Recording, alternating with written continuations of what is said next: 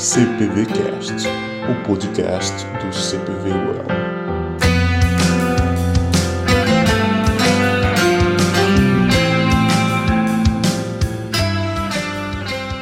Fala galera, aqui é o Jonas, professor de gramática do cursinho. Filho da vovó. Vai, segue. E a parte disso, tem em mim todos os vírus do mundo. Olá, bom dia, meu nome...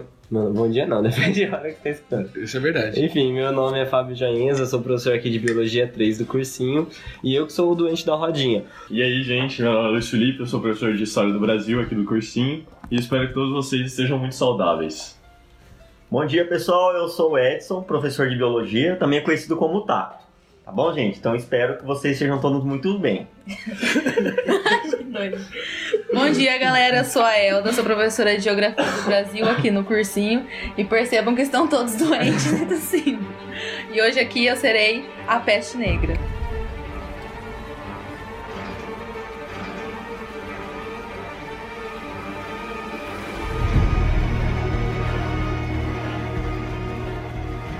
Muito bem, galera, estamos aqui reunidos em oração para mais um podcast do cursinho especial pré-vestibular da UEL, contando com essas presenças ilustres de professores de várias áreas para falarmos sobre as não tão novas doenças assim. Afinal, quem nunca ficou doente, né, Fábio? Exatamente. Eu, particularmente, vou dar o pontapé aqui da nossa discussão para falar sobre uma situação que aconteceu há 2 semanas. Eu não sei vocês, né, mas quem aqui já acordou resfriado? Eu já. Só que o resfriado pode ser considerado uma doença? Sim ou não? Doença. Depende. Eu não sei, eu acordei tossindo, mas mais especificamente espirrando. E fui dar minha aula, cheguei pra aula espirrando, de repente começou a surgir umas dores retroorbitais atrás do olho. Peguei a estrada e o negócio se agravou. Chegando até o ponto de eu ter que parar numa cidade ali pra comprar um remédio, porque eu achei que eu iria piorar muito pra até mesmo dirigir. E chegando em casa, falei com a minha irmã e minha irmã falou: Jonas, né? Os meus irmãos são fracos mesmo. Ela é a irmã mais velha, né? E ela falou exatamente: os meus irmãos são fracos porque eles não conseguem resistir a isso daí. O que me fez pensar: será que de fato o que eu tive, se foi um resfriado, se foi a famosa gripe que derruba, né? Legal. Derrubou mesmo, cara? Se é que isso daí pode ser considerado uma doença? Se sim, envolve vírus ou bactéria? Resfriado, assim como a gripe, são doenças virais. Então, se você considerar então tanto o vírus e a bactéria, elas propiciam as doenças. Sim. Eu então era uma pessoa doente naquele momento e adquiri uma doença. E mais especificamente então para quem está escutando a gente, o que é a diferença entre envolvendo o vírus e a bactéria? Tem uma distinção muito clara para ficar fácil para eles? Como que é? Então assim, vírus são seres que ainda não se sabe ao certo se são vivos ou não. Ainda tem uma discussão. E eles são compostos basicamente por um tipo de material genético. Então tem vírus de DNA e vírus de RNA. E bactérias são seres unicelulares procariontes. Então na célula delas não tem um núcleo bem organizado. E aí existem uma infinidade de vírus e uma infinidade de bactérias. É importante falar que neste podcast a gente não vai falar sobre as doenças que são consideradas antigas, mas também sobre o ressurgimento, né? Muita gente fala sobre a questão de que as doenças elas nunca deixaram de existir, apenas elas estavam adormecidas. Mas além dessa introdução sobre vírus e bactérias, né, a partir do momento que vocês, professores de biologia, falaram, a gente gostaria de saber aqui, no sentido de vírus e bactéria, quais foram as grandes epidemias da história. Mas mais especificamente, Elda, me fala pra gente o que é epidemia e como elas se originam. Bom, as epidemias elas são consideradas uma difusão das doenças acima do que é esperado, na verdade, né? Do que é considerado esperado. E elas vão se propagar, elas vão se originar em um determinado local e a partir de um agente, né, que ela vai se reproduzindo e ela vai sendo espalhada. Uhum. Então, ela pode atingir uma pequena escala, mas falando basicamente em epidemia, ela vai atingir uma larga escala. Entendi. Né? Então, ela pode atingir a larga escala assim, de um continente, de um país, de uma cidade. Ou então, ela pode, no caso atual, ela pode chegar a atingir vários locais, vários continentes. Uhum. Isso pode ser considerado uma epidemia, e se ela chega a um status de uma escala muito grande, né, ou atingir todo o planeta, Pandemia. isso seria uma pandemia. Olha, eu tô sabendo legal. Mas e aí, puxa pra nós então, professor de História. Se formos considerar, existiram várias epidemias. Mas quais foram as mais, como diria um professor de História que não está entre nós no bom sentido, quais seriam as epidemias mais, entre aspas, relevantes aí da história? Então, as epidemias elas sempre foram muito importantes nesse sentido de que causaram muitas mortes ao longo da história. Isso é ao longo da história mesmo, as doenças sempre tiveram presentes desde que a gente tem vida humana. E ao longo da história, realmente a gente tem várias epidemias importantes. Então, na Grécia, por exemplo, durante a Guerra do Peloponeso, a gente teve uma epidemia que acabou matando um dos principais líderes militares de Atenas, que era o Péricles. Mas a primeira grande epidemia, assim, que a história gosta de lembrar, é uma epidemia que acontece na Europa durante a Idade Média e fica conhecida como a Peste Negra. A Peste Negra ela começa a se difundir bastante pela Europa no meio do século XIV, e ela chega na Europa a partir das relações comerciais com o Oriente. É uma doença que se origina na China. E aí, a partir disso, a gente tem uma grande difusão da Peste Negra, e ela chega a matar 1/3 da população da Europa, que é muita, muita gente. Sim. E aí um dos principais problemas naquele momento é que não existia nenhum tipo de investigação certinho em relação às causas da doença, como prevenir. Era tudo muito complicado em relação a isso. Então envolvia muito a questão religiosa, uma questão muitas vezes de preconceito. As causas da doença muitas vezes eram atribuídas a castigo divino. Sim. E a gente está pecando muito e é por isso que as doenças estão vindo, ou também a presença de estrangeiros e judeus. A famosa heresia. Isso. E aí no meio dos europeus. E aí a peste negra foi realmente uma das doenças mais fatais da história, matando cerca de 1/3 da população europeia, que é realmente muita gente. E isso tem uma relação muito grande com as questões de higiene da época, que eram muito, mas muito complicadas, as questões sanitárias. Só lembrando que, na verdade, a peste negra ela aconteceu durante a Idade Média, mas posterior à Idade Média veio um pensador, né, um geógrafo, historiador, que é muito conhecido quando ele fala das questões de população, que é o Thomas Malthus. E ele analisava a questão de crescimento da população europeia no momento em que ele estava vivendo, que é nos anos 1800, e ele dizia que as pestes e as doenças, de uma maneira geral, elas funcionavam como um agente de controle da população. Como o Negrão falou, a peste negra foi responsável por dizimar 1/3 da população europeia nos anos 1300. E o Malthus, ele dizia que isso era uma coisa necessária para que não houvesse um boom populacional, que a população ela crescesse, mas que boa parte dela ia morrer, e isso não tem nenhum problema. Quase como se fosse um processo de purificação ali. Isso, seria como um processo de purificação, ele via isso como uma coisa boa. Assim como as guerras também, ele via como uma coisa boa para ter esse controle da população. Teorias e não ter... apocalípticas. Exatamente. Que louco, cara, que bacana. E até mesmo a gente pode considerar ali aquelas máscaras de bico longo eram utilizadas nesse período. Isso. Pelos médicos, quando eles iam fazendo, os médicos, entre aspas, quando eles iam fazer alguns tratamentos em relação aos doentes.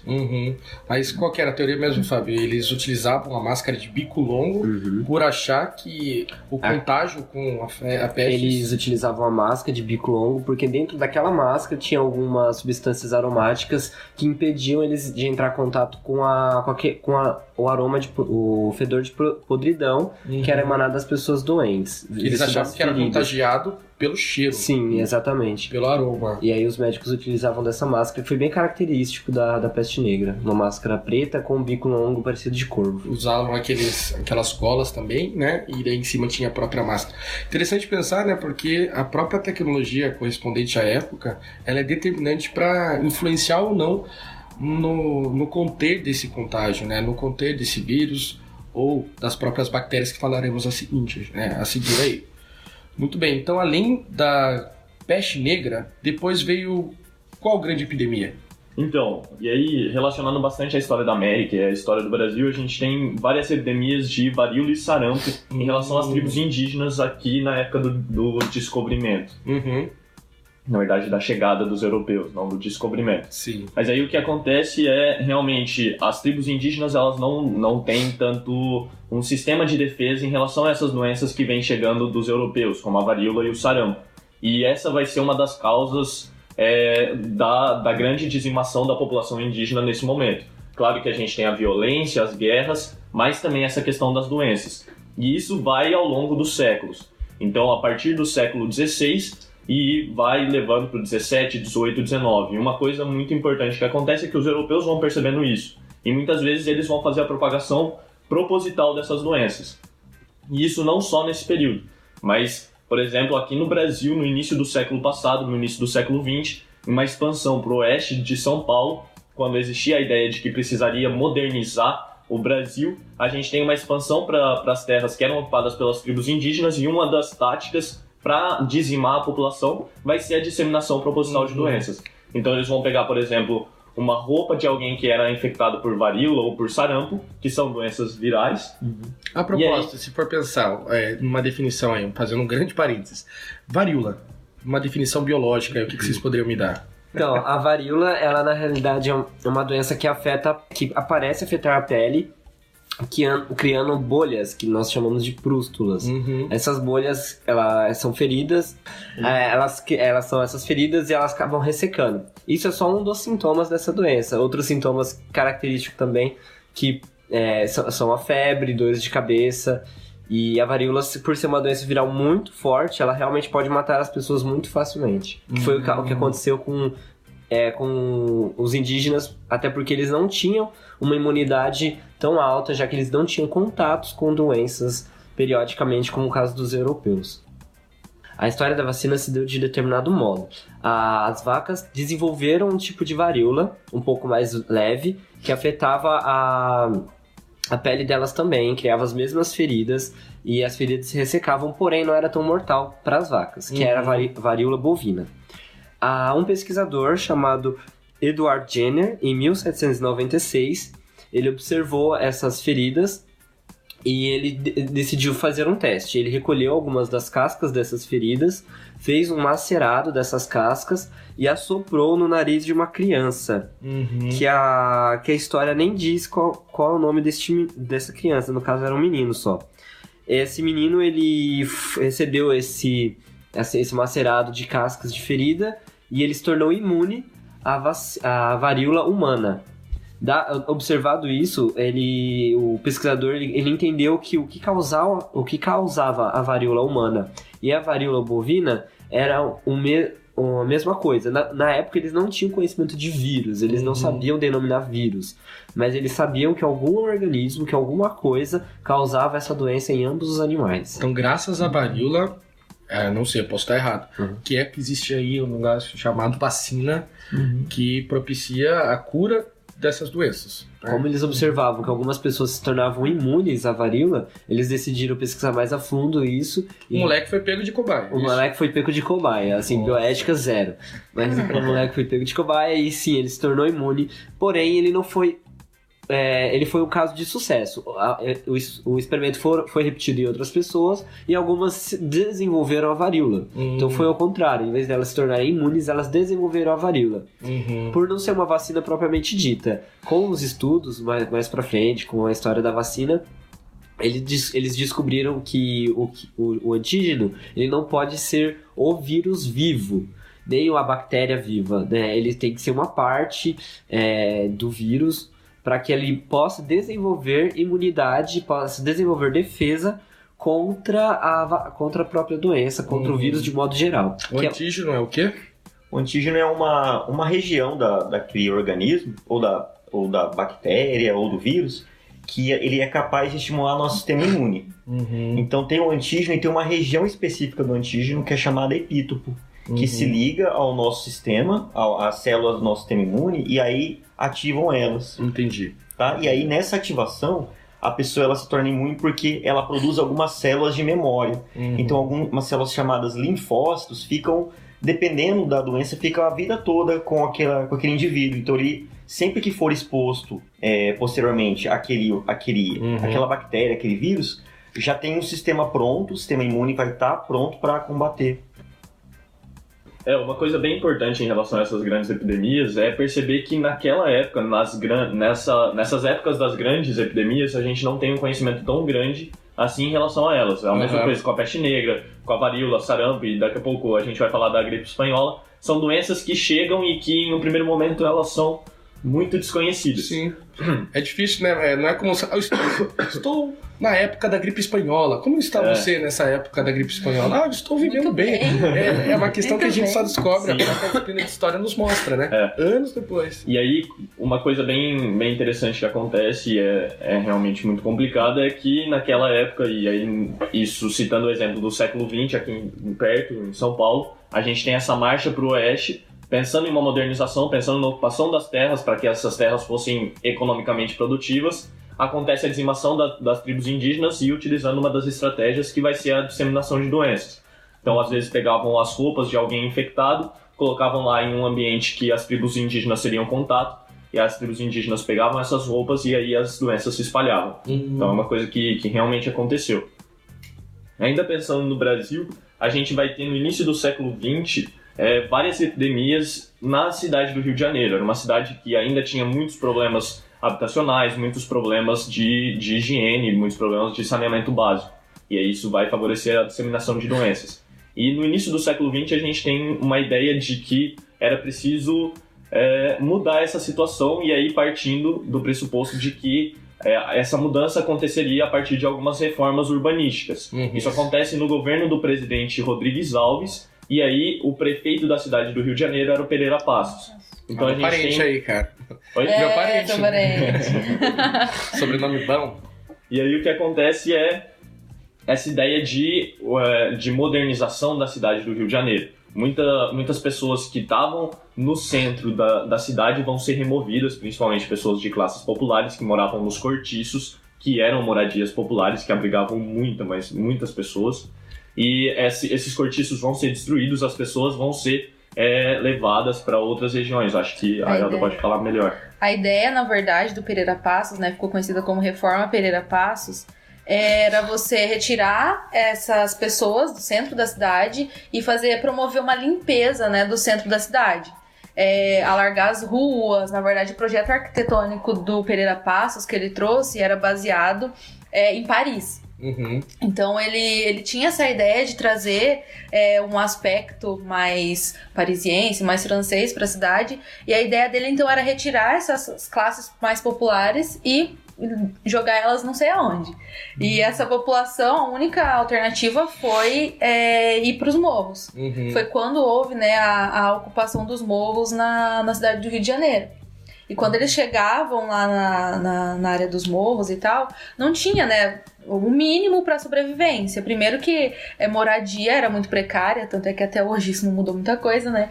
Mas a moradia é muito precária, não tinha na questão de saneamento básico, as pessoas viviam realmente amontoadas. E isso, talvez nesse período, tenha sido um dos fatores também para ajudar na propagação de algumas determinadas doenças. Né? E daí entra outras questões envolvidas. E aí, a cidade do Rio de Janeiro, a gente tem várias doenças, e nesse momento o governo vai se preocupar, vai até chamar um cara bem importante, bem conhecido, que é um higienista, o Oswaldo Cruz. O Oswaldo Cruz, ele vai tentar fazer um plano para tentar diminuir essas doenças. E é um plano, de certa maneira, bem sucedido, mas ele vai trazer algumas consequências importantes. Então eram 3 doenças que precisavam ser reduzidas no Brasil, na cidade do Rio de Janeiro especificamente. A varíola, a febre amarela e a peste bubônica, que é a peste negra. A peste bubônica que teve uma grande epidemia na Europa lá no século XIII, no século XIV, e aqui no Brasil a gente tem ela como uma grande epidemia ainda no século XX. Sempre um pouco atrasado, sempre um passo depois. Até nas doenças. E aí o que acontece? A gente tem, no caso da febre amarela, é uma doença viral também, que é transmitida pelo mosquito, que é o Aedes aegypti, né? É o mesmo da dengue. E aí o que eles fazem é tentar conter a disseminação dos mosquitos. E isso, de certa maneira, dá certo. Eles conseguem conter os mosquitos. A peste bubônica é uma doença bacteriana e transmitida pela pulga dos ratos.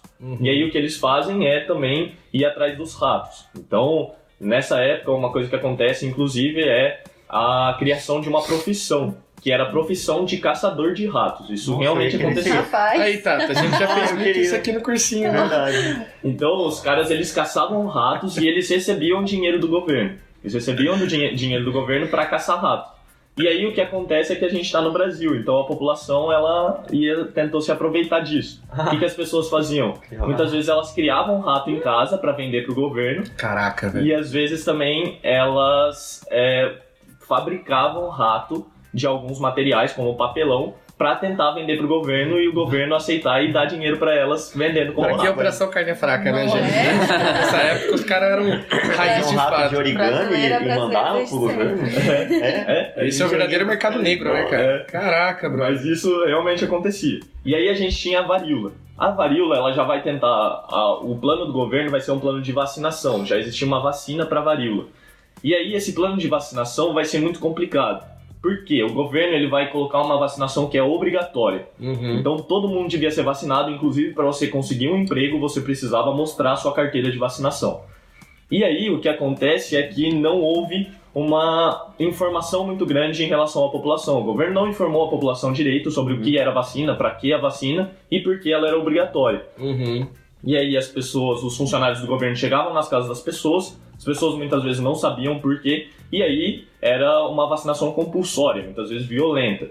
Isso vai levar a uma questão muito complicada. Além disso, a gente tem a questão do pudor naquela época. As mulheres muitas vezes não queriam mostrar os braços, mostrar outras partes do corpo, e os homens também não queriam que as suas mulheres mostrassem, era uma coisa muito complicada naquela época, e tudo isso vai levar a uma revolta muito grande da população. Então a gente tem essa questão da vacina, que não havia uma informação muito grande, e aí com esses métodos violentos, e além disso a gente tem essa reforma urbanística, que vai levar muitas populações para regiões periféricas. Uhum. E aí juntando isso a gente tem uma revolta, que fica conhecida como a Revolta da Vacina, em 1904, na cidade do Rio de Janeiro, e aí existem alguns conflitos entre a população e as forças militares, e aí nisso a gente vai ter algumas mortes. Certo, então a revolta da vacina pertencente também ao século passado. Isso, Século XX. 1904. Ótimo.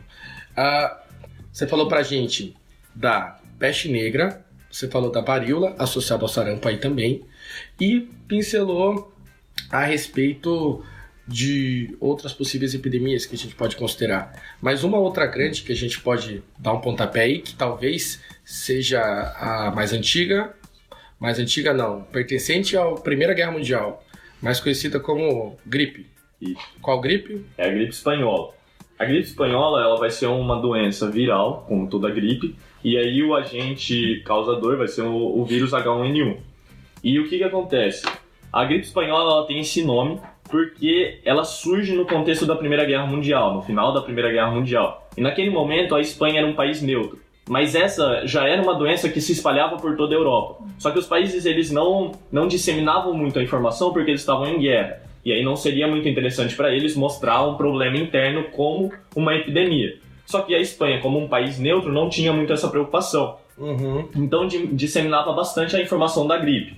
Então a gripe espanhola não tem esse nome porque surgiu na Espanha, mas sim porque a Espanha foi um dos primeiros países a disseminar a informação em relação à doença. Tanto que um dos primeiros casos vai ser encontrado lá nos Estados Unidos.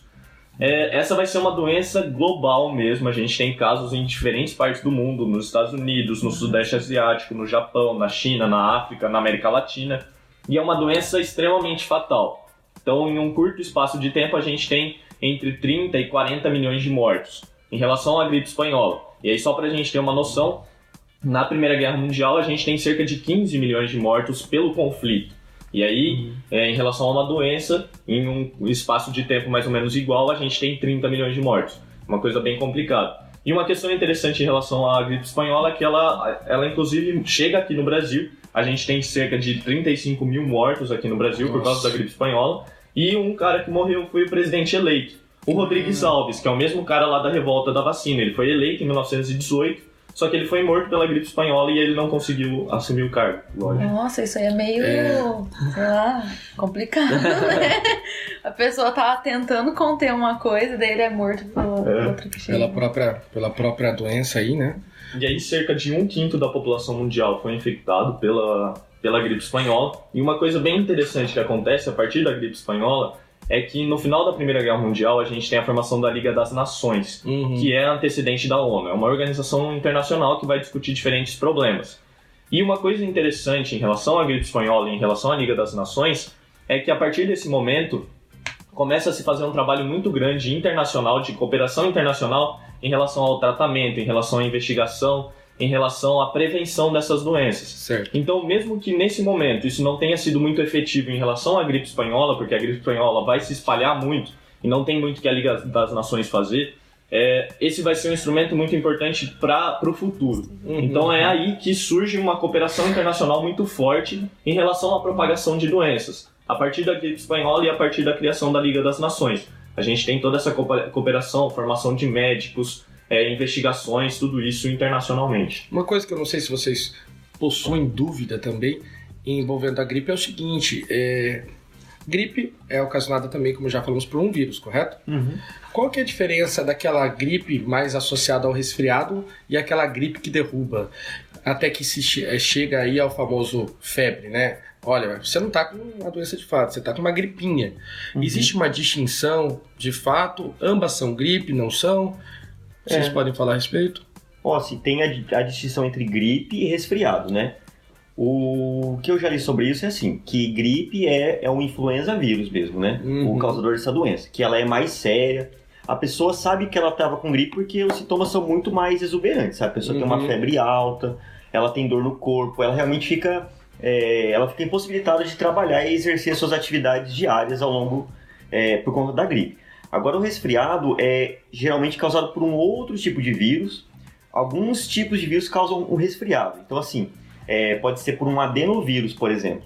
E aí é um outro vírus, não é o influenza. Aí os sintomas são mais brandos. Então, assim, é como se fosse uma gripe, só que mais branda. Então, pode ter febre, mas é uma febre baixa. A febre é um sintoma da gripe, é isso ou não? É um sintoma de doenças infecciosas de maneira geral, sabe? Outras doenças causam febre. Mas assim, esse aumento de temperatura, ele é um indício que a pessoa está doente, né? É um dos sintomas. Então assim, no resfriado a pessoa tem coriza, por exemplo, pode ter dor de cabeça, mas assim... São sintomas naturais aí. Dessa doença. Resfriado. Só que é mais brando que a gripe. É importante pensar, né, que é uma situação muito comum, né, de a gente confundir esses dois termos. E a gente sabe que são bastante distintos no caso, né? Inclusive, se a gente for considerar a própria febre, uma coisa que encontra-se na nossa pauta aqui, a própria febre amarela, por exemplo, ocasionada aqui no nosso espaço, correto? Correto. Século passado, febre amarela. O que vocês poderiam falar a respeito da febre amarela? A febre amarela, ela é um vírus que ele existe no macaco, sempre existiu no macaco. A questão é que um determinado mosquito, ele se alimentava de sangue dos macacos e ele vivia na floresta junto com os macacos. Dado isso, nós chamamos de ciclo silvestre. Esse mosquito, ele se alimenta do sangue dos macacos, infecta os macacos e assim a doença se propagou. A questão é que esse mosquito, com a questão da urbanização, ele começou a frequentar as cidades. E aí foi quando ele começou a se alimentar do sangue dos humanos e infectar os humanos. Esse é o ciclo silvestre. Ele não causa epidemia, porque macaco não existe em todo lugar, a gente sabe disso. Principalmente nos grandes centros urbanos. O problema é que outro mosquito pode ser infectado pelo vírus da febre amarela, que é o Aedes aegypti. É um mosquito introduzido da África e ele é adaptado, o vírus se adaptou a infectar esse mosquito. Então, o Aedes aegypti causa o ciclo urbano da febre amarela. Então, ele infecta o homem, somente o homem, ele não infecta nenhum animal. Então, ele infecta um homem, o homem desenvolve a doença, ele se alimenta do sangue desse homem, infecta outro homem e assim sucessivamente. Peste bubônica, câncer, pneumonia, raiva, rubéola, tuberculose, anemia, rancor, cisticircose, cachumba, difteria, encefalite, faringite, gripe, leucemia. E o pulso ainda pulsa.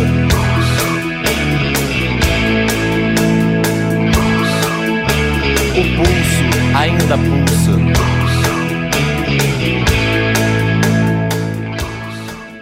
O ebola, na verdade, ele ficou conhecido mundialmente aí nos 3 últimos anos, a partir de 2014, ele ele acabou ressurgindo, né? A gente sabe que ele não deixou de existir, mas que ele meio que deu uma adormecida, ou que talvez a mídia tenha deixado de falar, ou que o foco dele tenha sido menor mesmo durante esses últimos 40 anos. Mas a ebola, então, ela ficou mais conhecida mundialmente em 2014, porém ela surge na África em 1976, né? O primeiro caso é registrado na África Ocidental, em 1976, e ela vai, sim, se propagar a partir do contato com com cadáveres de macacos.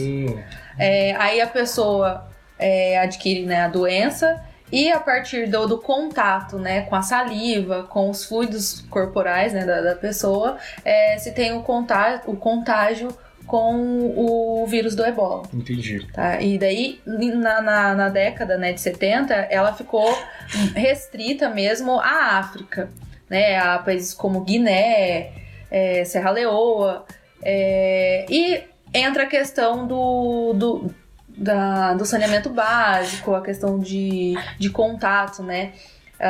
Quanto menor o saneamento, maior o contágio. Maior o contágio, desculpa, o contágio. A gente sabe que na África a gente tem um problema muito grande com relação a várias epidemias, né? Por conta dessa questão do saneamento básico, né? Às vezes a pessoa não tem nem o básico mesmo para sobreviver, quanto mais essas coisas relacionadas à higiene, à saúde, principalmente, né? O ebola sendo uma febre hemorrágica, então, a gente pode considerar também que boa parte desses vírus provém do espaço africano, é isso? Isso, alguns, né? Alguns. No caso do ebola e da AIDS. Vamos conjecturar aqui, então. Por que será que aquele espaço, o espaço africano, um espaço tão rico, né, disso que a gente está adquirindo hoje aqui no sentido... hipóteses mesmo, gente. Não posso estar errada, mas no caso do ebola, foi por conta do contágio com os macacos. No caso da AIDS, acontece a mesma coisa. Então a gente pode dizer que, talvez eu esteja um pouco... equivocada, na mas margem. Como o Fábio falou, não existem macacos em todos os lugares do mundo. Isso é verdade. Então, o clima favorece. Então. A questão das áreas tropicais e equatoriais, a gente tem macacos, né? São animais típicos dessa região. Sim. Então, talvez tenha uma relação com isso, mas não que seja uma coisa tipo da África, né? É importante a gente ressaltar que essas doenças, elas poderiam existir muito antes de afetar os seres humanos, Exatamente. mas elas existiam apenas em animais. Sim. A partir do momento que a gente urbanizou, que a gente aumentou as cidades, destruiu o habitat desses animais, eles começaram a conviver conosco no mesmo ambiente, a gente proporcionou um contato maior com eles, e as doenças causadas por vírus, bactérias ou até mesmo outros parasitas que eram somente deles podem afetar a gente. Não são todas. A gente sabe que tem doença que é somente de cão, somente de gato, somente de macaco, mas tem doenças que são doenças que afetam homens e animais. Essas doenças nós damos o nome de zoonoses.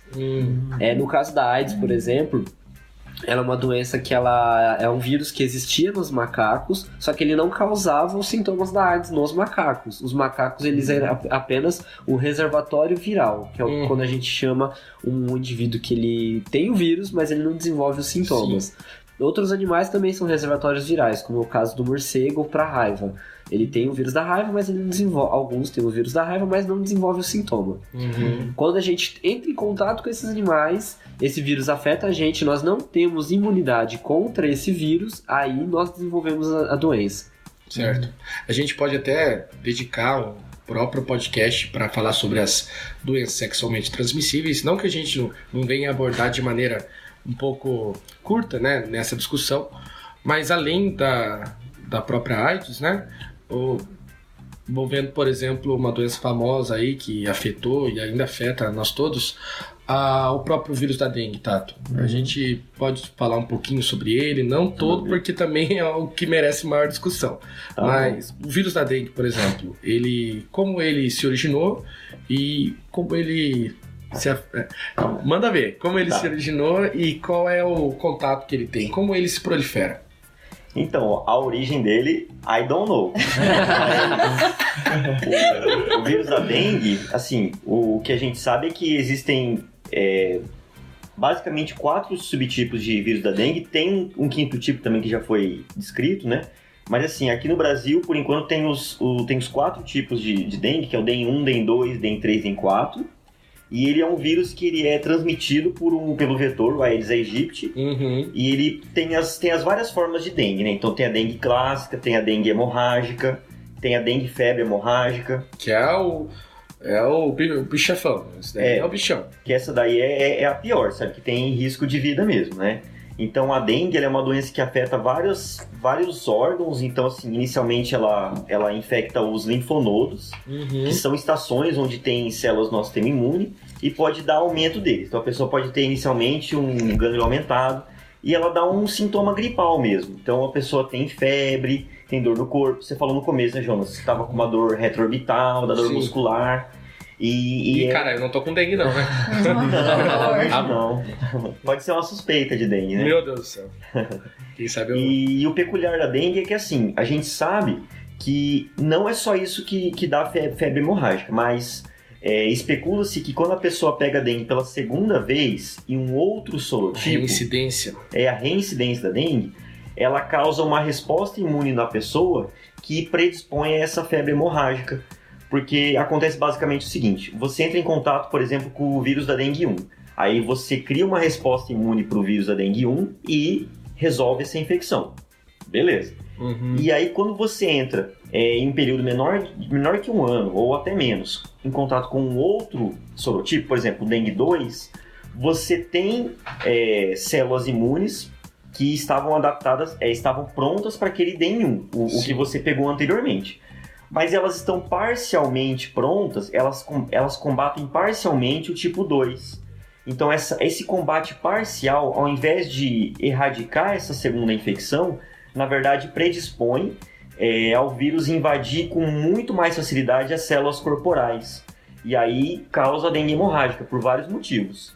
Entre eles, não dá para se aprofundar muito, né? Sim. Mas assim, uma das causas da dengue hemorrágica é que há um extravasamento difuso do plasma sanguíneo para os espaços corporais. Daí a pessoa tem o fenômeno chamado de hemoconcentração, que aí você pede exame de sangue lá e tá um padrão hemoconcentrado, digamos assim, né? Então por isso que a pessoa tem a hemorragia, tá? E, assim, às vezes a pessoa pega a dengue pela primeira vez e tem hemorragia, né? E aí especula-se que é um sorotipo mais agressivo. Mas o que a gente acha é que pegou pela segunda vez, o sistema imune é parcialmente adaptado àquele vírus e aí dá dengue hemorrágica. Tá bom? Bom, então foram tantas epidemias, né? Se a gente for considerar a cronologia, o processo histórico. E vocês têm, então, desde peste negra, que não é um vírus, uma bactéria, correto? Varíola, que consiste num vírus. Você tem também a própria gripe espanhola, que é um vírus. Você tem também o próprio mosquito da Aedes aegypti, que carrega consigo o vírus da dengue. E até o vírus Ebola Zaire, conhecido, né? Sim. Então a gente conseguiu sistematizar aqui o a febre resumo. amarela, né? Que carrega a febre amarela também. O Aedes aegypti também pode carregar a febre amarela. O mosquito Aedes aegypti também pode carregar a febre amarela. E a zika. E a zika e a chikungunya. Todos os Aedes seus aegypti é uma parentes. maravilha. Um ótimo vetor. Nossa, que legal, hein? Parece que é um Isso é catalisador dos próprios vírus. Hepatite, escarlatina, estupidez, paralisia, toxoplasmose, sarampo, esquizofrenia, úlcera, trombose, coqueluche, hipocondria, sífilis, ciúmes, asma, cleptomania. E o corpo ainda é pouco.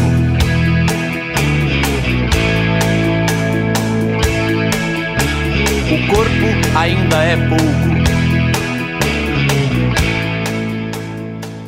Eu gostaria de saber, no sentido mais biológico da coisa agora, quais são as formas para conter as epidemias, mais especificamente a medicação? Bom, a primeira coisa que a gente tem que pensar quando se fala em conter, tem que se pensar que, por exemplo, quando aconteceu a peste negra, antes dela aconteceram outras pestes lá em Atenas, enfim, quando acontecia, isso era uma coisa mais isolada. Quando a gente pensa em peste negra, né? Isso aconteceu lá na Europa. Era um fato isolado. Quando isso chegava a outros continentes, isso demorava muito tempo, né? Até porque as viagens transatlânticas, elas demoravam meses. Sim. E daí quando chegavam também destruía tudo, como aconteceu com os indígenas aqui no Brasil. Mas hoje isso é muito mais fácil de se propagar. Existe um fator pró que é o estudo a respeito das doenças, uma maior facilidade para desenvolver medicamentos e desenvolver cura em alguns casos. Mas hoje em dia é muito mais fácil para propagar essas doenças. Na era da globalização é tudo muito fácil. Sim. É muito fácil de se chegar a informação, de se chegar de ter o transporte, né? As pessoas viajam em questão de horas. Eu tô em outro continente, né? Coisa que não acontecia lá no século XV, século XVI. Então é muito mais fácil. Por exemplo, quando aconteceu o surto da ebola na África, o grande medo, a grande tensão no mundo era o quê? As pessoas que iam para a África a tentar conter o vírus, né? Tentar conter a situação, elas, quando voltassem para seus países, elas acabar... se elas tivessem contraído, chegar nos Estados Unidos, chegar no Brasil e disseminar isso também, espalhar, porque é muito fácil, né, hoje você entrar em um país e sair de um país, né? Então, esse talvez seja um dos grandes problemas atualmente com relação à contenção dessas doenças, né? A facilidade de se entrar nos países. E biologicamente falando, se a gente for considerar a medicação para conter um vírus ou uma bactéria, quando elas propiciam a doença, como que se dá esse processo de medicação, de remediação? Bom, nós temos para as bactérias os antibióticos, né, que são, tem muitos tipos de antibióticos que atuam em vários setores das bactérias e para várias bactérias diferentes. Certo. E para os vírus existem, e para as bactérias também, existem as vacinas e também tem os medicamentos antirretrovirais. Antirretrovirais é para AIDS, né, especificamente. Para os retrovírulos, né? Então, vacina para vírus, antibiótico, bactéria. Tem infecções bacterianas que a gente tem vacina também, né? Então, basicamente, para bactérias nós temos antibióticos, para vírus nós temos antivirais. Para alguns tipos de vírus, né? E para os dois a gente pode ter vacina. Legal. E a própria relação do antibiótico, se for considerar de maneira biológica, você tem o antígeno, que corresponde ao quê? À própria doença. Então, Jonas, o antígeno tem relação com a vacina, né? Sim. Tá? Então, para você vacinar... Um indivíduo que é vacinado, na verdade, ele mesmo combate a infecção. Então, você apresenta a esse indivíduo o antígeno do vírus. Por exemplo, você pega um pedacinho do vírus, aí ele monta uma resposta imune, então o corpo dele produz uma resposta imune e gera células de memória. Então, quando a pessoa for infectada de novo ou entrar em contato de novo com aquele mesmo vírus, por exemplo, ele vai ter células prontas. Então, ele mesmo combate, né? Essa é a diferença, por exemplo, de você dar um antiviral. Então, não é a pessoa, não é o próprio organismo da pessoa que combate, né? Então, ele é temporário, tem um efeito temporário daquele medicamento, né? Entendi. É o mesmo caso que a gente falou da varíola, correto? A varíola vacinae aí, ela possui dentro da própria vacina o antígeno, é isso? Pedaço do vírus ou o vírus inteiro, mas não... Para garantir as famosas células de memória. Sim. Olha, eu tô aprendendo, cara. Isso é bom. Coisa que já deveria ter aprendido há muito tempo, né? Estamos aí, né? Aprendendo. Enfim, se você for considerar esse processo de remediação das próprias doenças, uma coisa que a gente não pode deixar de falar agora corresponde ao quê? Corresponde ao fato do monstro ter saído da jaula, entre aspas, aí. Né? É o Power Ranger saindo lá das crateras, né? A gente tá lidando o quê? Com essas doenças que, a princípio, a gente tinha percebido que elas tinham sido extintas, bem entre aspas, né, gente? E agora parece que eles estão acordando, né? As próprias doenças de fato. Gostaria de saber de vocês, envolvendo mais especificamente este ressurgimento, né, este acordar das doenças que elas não são tão novas assim, por que isso se deu, né? A gente pode considerar a própria matéria que saiu lá na BBC, correspondente ao derretimento das calotas no Ártico, que você tinha lá uma presença de uma rena, né, Negrão? Uma rena que possuía em si um vírus, né? E com essa rena possuindo este vírus no Ártico, ela foi morta e congelada no próprio espaço ali. Posteriormente, por conta dos derretimentos dessas calotas, ela voltou à tona. E o seu corpo, que possuía consigo o seu vírus, foi colocado nas próprias águas ali, cuja água era bebida pelos animais, no caso as outras próprias renas, e quem come as renas de fato somos nós seres humanos. E aí que o medo que se constrói é que aquele vírus que foi proliferado por conta daquele objeto ter sido congelado e agora ter sido exposto de novo, ele está na natureza de novo, né? A gente pode ter contato com esses vírus que até então estavam mortos, não, estavam congelados. Não significa que eles não poderiam vir a surgir novamente. Então eu gostaria de saber de vocês, aqui na nossa discussão, se além desse vírus, né, que é conhecido como antraz no próprio Ártico, se possui aqui algumas outras, não epidemias, mas alguns outros vírus ou bactérias que voltaram, que ressurgiram e que aí podem nos abalar, não só no sentido... um apocalipse zumbi, provavelmente. Eu penso assim, com todo respeito, eu tô achando aí que eu não dou 5 anos pra eu virar o Rick Grimes. Antes bem fosse, humilde, né? Eu vou ser aquele bostão. Daryl. Não, o Daryl é da hora. Eu vou ser aquele cara, o Eudine, né? O mais cagão. Nossa, o mais traidor. Brincadeira, não quero ser o Olha Eudine, o spoiler. É verdade. Arruda, alerta de spoiler aí, só marcar pra nós, beleza? Enfim, gostaria de saber de vocês a respeito desses novos vírus ou dessas novas bactérias, doenças de uma maneira geral, que estão voltando com tudo aí e vai nos pegar. Referente ao ressurgimento de vírus, de bactérias, ou seja, de doenças que afetaram, que foram importantes historicamente e afetaram muita gente antigamente e hoje estão começando a afetar novamente, a gente tem que lembrar que o caso da rena, por exemplo, é um caso isolado. Mas os vírus e as bactérias, eles continuam existindo conosco. Eles continuam afetando as pessoas, continuam matando as pessoas, mas em número bem menor. Um exemplo disso é a gripe espanhola, a H1N1.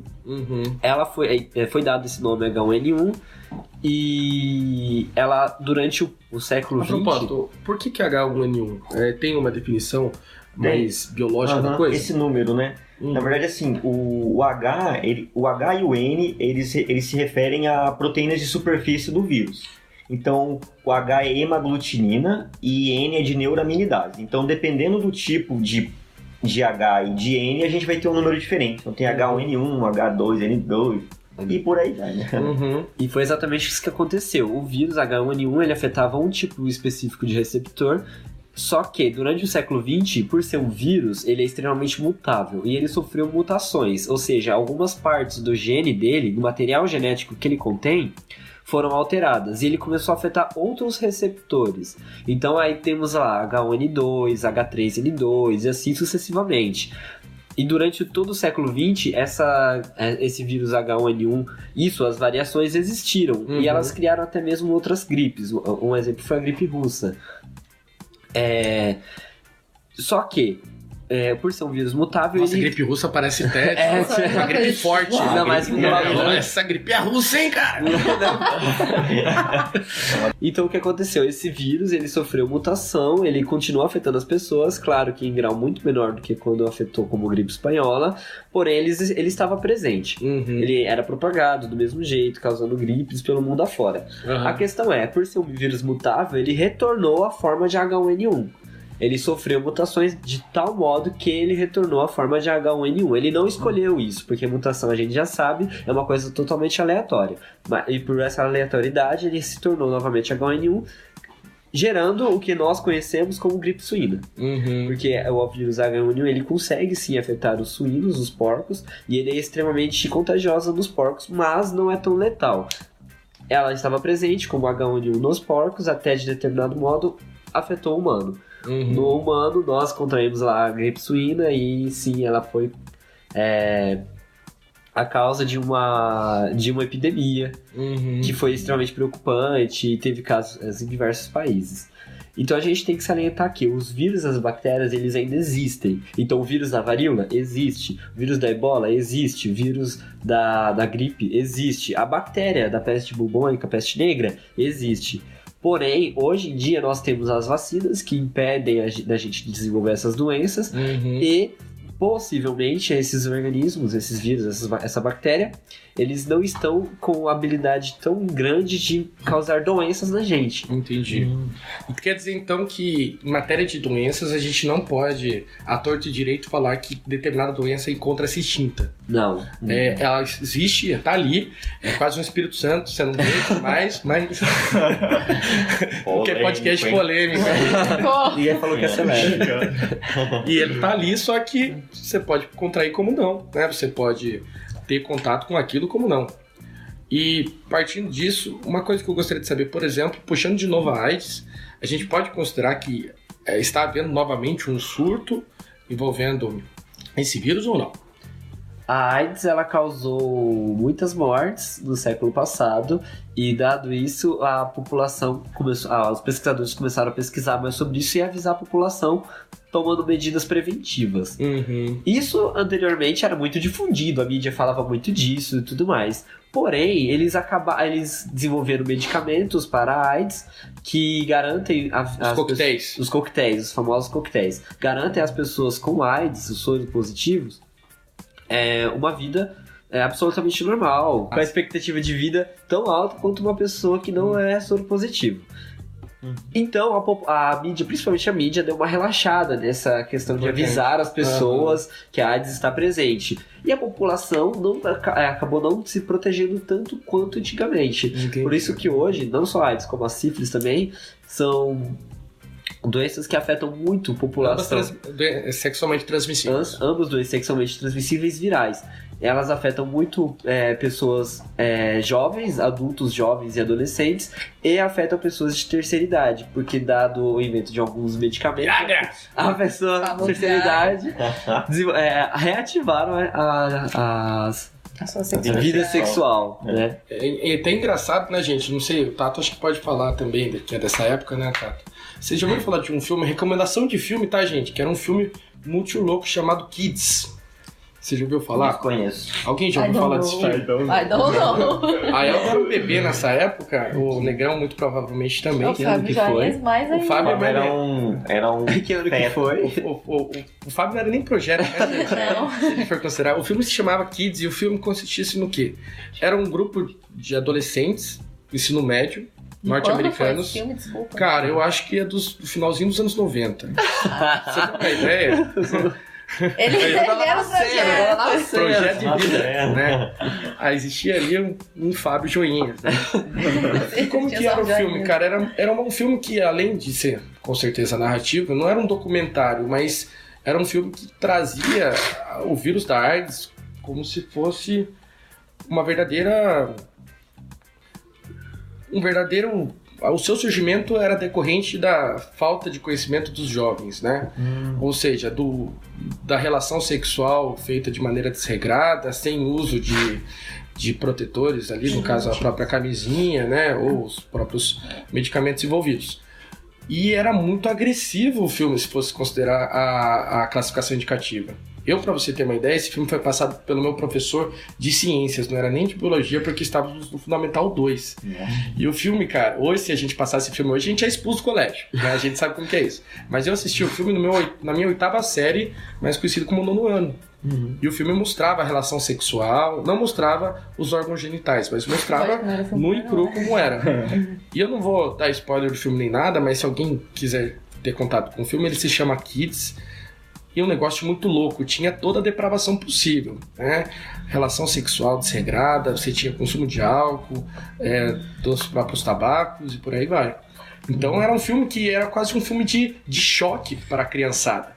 Era passado não só para mostrar uma realidade nua e crua, mas para falar, é isso que vai acontecer com você se você tomar esse tipo de caminho.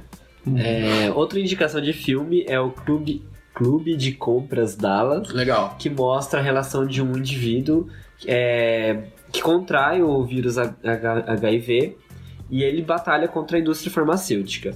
Só que é interessante nesse filme também que ele mostra o preconceito contra a AIDS. Sim. Que na época, quando ela surgiu, era extremamente grande. E até o Negão pode dar uma... Então, eu vi um pouquinho do histórico da AIDS. Em 1982, quando ela ainda estava sendo uma doença descoberta, tem um preconceito muito grande. Tanto que um dos primeiros nomes da AIDS vai ser doença do 5H. 5H por quê? Seriam os homossexuais, os hemofílicos, os haitianos, os usuários de heroína e as hookers, que são o nome inglês para as prostitutas. E aí sempre tem esse preconceito muito grande em relação aos homossexuais, tanto que eu achei um documento oficial do Ministério da Saúde aqui do Brasil de 1985. E esse documento oficial colocava os grupos em risco. São considerados grupos em risco para a doença homossexuais e bissexuais masculinos, usuários de drogas injetáveis, hemofílicos ou politransfundidos. E aí, como uma medida de prevenção, a educação sanitária constará de informação aos pacientes dos meios simples de diminuir a transmissibilidade da doença, tendentes a evitar a promiscuidade sexual e a doação de sangue. Então, é muito complicado no começo da AIDS, quando a gente tem esse descobrimento, essas investigações da doença, ainda é tudo isso envolto por um preconceito muito grande. Referente a também preconceito, falando de AIDS, a AIDS era tida como doença dos homossexuais. E como foi citado, o grupo de risco, um dos grupos de risco também eram os bissexuais. E até para algumas pessoas, os bissexuais, eles eram até mesmo os transmissores para os heterossexuais, porque eles achavam que a AIDS não existia nos heterossexuais. Muitas pessoas hoje ainda pensam assim, que a AIDS não existe e é heterossexual, e que o bissexual que introduziu essa AIDS para os heterossexuais, como sendo uma ponte entre homossexuais e heterossexuais. De maneira bem remota e bem distante, aliás. Você pode comparar isso com a própria peste negra, né? Que correspondia ao princípio de heresia. Você julgava o judeu ali como o outro e propiciador da própria doença. Eu acho que a partir do momento em que você não tem muita informação em relação a uma doença, por exemplo, você acaba partindo para o preconceito. Então, no caso da peste negra, a gente tem um preconceito muito grande em relação aos judeus, ou então aquela questão de, é simplesmente um castigo de Deus. É melhor, entre aspas, muito entre aspas, a saída para essas pessoas, né? Isso. E aí, no caso da AIDS, também faltando informação, a ideia é de que essa doença ela é propagada pelos homossexuais. Então, é sempre a falta de informação leva ao preconceito. É uma coisa que se leva não só para as doenças, mas... Sobre a questão de informação também, a gente pode considerar, envolvendo os veículos midiáticos, o quão a gente não deixa de ser influenciado, isso até merece uma outra discussão em outro podcast, mas de como que a gente acaba sendo norteado para tomar cuidado para certas doenças por conta do que é divulgado. A partir do momento que a gente, entre aspas, desmitificou aqui que as doenças elas nunca deixaram de existir, a gente pode considerar que a gente está propenso a qualquer epidemia aí futuramente, quem sabe um apocalipse zumbi. Guerra Mundial Z2 está chegando, né? Mas o que é importante pensar no sentido de doença, acho que é isso mesmo, né?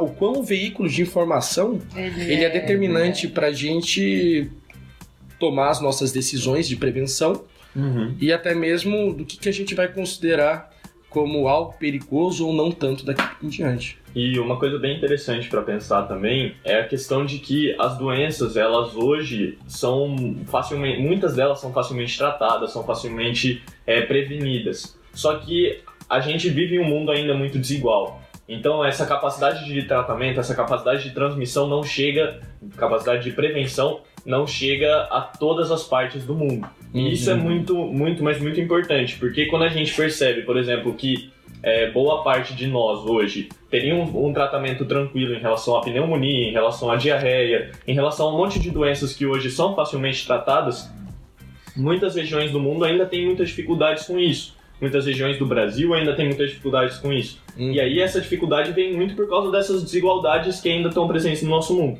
E aí só para ilustrar essa situação, a gente tem, em relação às crianças, em 2015 a gente teve 1.400.000 crianças mortas por pneumonia e diarreia. Das 5 milhões que morreram, das 6 milhões que morreram até os 5 anos, um quarto dessas foi morto a partir de doenças que hoje são consideradas facilmente tratáveis. Ou seja, a cada 35 segundos uma criança morre de pneumonia no mundo. E é uma doença considerada facilmente tratada. Isso mostra o quanto o nosso mundo ainda é desigual em relação ao acesso à prevenção, ao acesso ao tratamento das doenças. E isso é uma coisa muito séria. Mais uma vez, as meninas, ponche, bom, bom. O rico cada vez mais rico, o pobre cada vez mais pobre. E no fim todo mundo já conhece, né? Sacanagem, Que o de cima sobe e o de baixo desce. E a tendência é essa mesma, uma triste realidade. Eu não sei se existe solução, né, gente? Se a gente for considerar a questão de como conter as novas, não tão novas epidemias assim. Mas vocês sugeririam aí novos métodos, não que nós sejamos os senhores das palavras, né? Mas, por exemplo, tá vindo uma nova epidemia aí, de uma não doença tão desconhecida assim. Para conter, é o mesmo processo? É o processo de medicação por meio da vacina, por meio do antibiótico? Campanhas publicitárias? Quais serão os recursos para a gente conter novas epidemias que, pô, elas vão chegar? As medidas higiênicas são extremamente importantes para o contágio de doenças. Então, lavagem das mãos, lavagem dos alimentos são extremamente importantes. Outra coisa também é observar a observação dos sintomas. Se você observou que sua tosse está persistente, que você está com febre, dor de cabeça, não se automedicar. Mas sim ao médico e deixar que o médico faça o diagnóstico e que ele proponha um remédio correto para isso. Lembrando que uma doença bacteriana, você não pode sair tomando antibiótico torto à direito e que você deve persistir a tomar o antibiótico que o médico indicou pelo tempo que ele indicou. Então, se ele indicou por 3 meses, são 3 meses. Se ele indicou 1 ano, é 1 ano. E não ficar, já saiu os sintomas, então tô aqui de boa, vou parar de tomar o antibiótico. Não, isso não é aconselhável. Outra coisa extremamente importante, vacinação. Se tem a vacina contra a gripe, contra a dengue, contra seja lá a doença que for, tome essa vacina. A vacina ela não é prejudicial. Se você desenvolver algum sintoma, como inchaço do braço ou febre, é uma reação normal do organismo à vacina. Até porque a vacina ela apresenta o antígeno daquela doença. Se aquele antígeno, seja uma parte do vírus, uma parte da bactéria, é estranho ao seu corpo vai reagir. Mas você não vai desenvolver essa doença futuramente. Ressaltando que algumas pessoas podem ser alérgicas à vacina, então é importante saber de onde que veio essa vacina, onde ela é feita, como ela é feita, antes de sair tomando também, né, para prevenir problemas. E é interessante ressaltar isso, principalmente para os pais, de que a vacina não faz mal para a criança, porque nos Estados Unidos teve um pequeno surto de sarampo em crianças porque os pais, com a sua própria ideologia, não deram a vacina às crianças e elas foram contaminadas com sarampo. E a gente sabe que sarampo pode matar crianças muito facilmente. Então, não tem problema tomar vacina, gente. Podem tomar a vacina, mas desde que vocês saibam de onde elas vieram. Sim. Bom, pessoal, eu acho que a gente discutiu não o suficiente, mas um pouco aí do que a gente pode considerar como esse ressurgimento de novas doenças. Vale considerar que a gente focou aqui as doenças bacterianas, né, e virais. Quem sabe um podcast futuro aí a gente fale sobre as DSTs ou até mesmo sobre a dengue e seus derivados, né? Os seus primos, os seus parentes aí.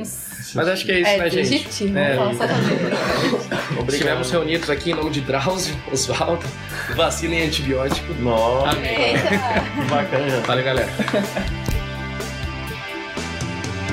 Reumatismo, raquitismo, cistite, disritmia, hérnia, pediculose, tétano, hipocrisia, brucelose, febre tifoide, arteriosclerose, miopia, catapora, culpa, cárie, cãibra, lepra, afasia. O pulso ainda pulsa.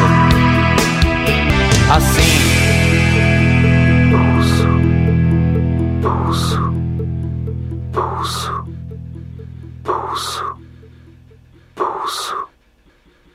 Gente, esses dias que eu descobri que o Drauzio Varela, o nome dele é na Alzio Varela. Alzio Varela. Porque o DR é de doutor, aí ficou Drauzio Varela. Eu pensei até que era um migué, tipo, lenda urbana, mas Não, acho que é não verdade mesmo. O nome é Alzio? verdade. Gente, eu não consigo sair daqui Alzio. se eu desgravar Alzio. aqui.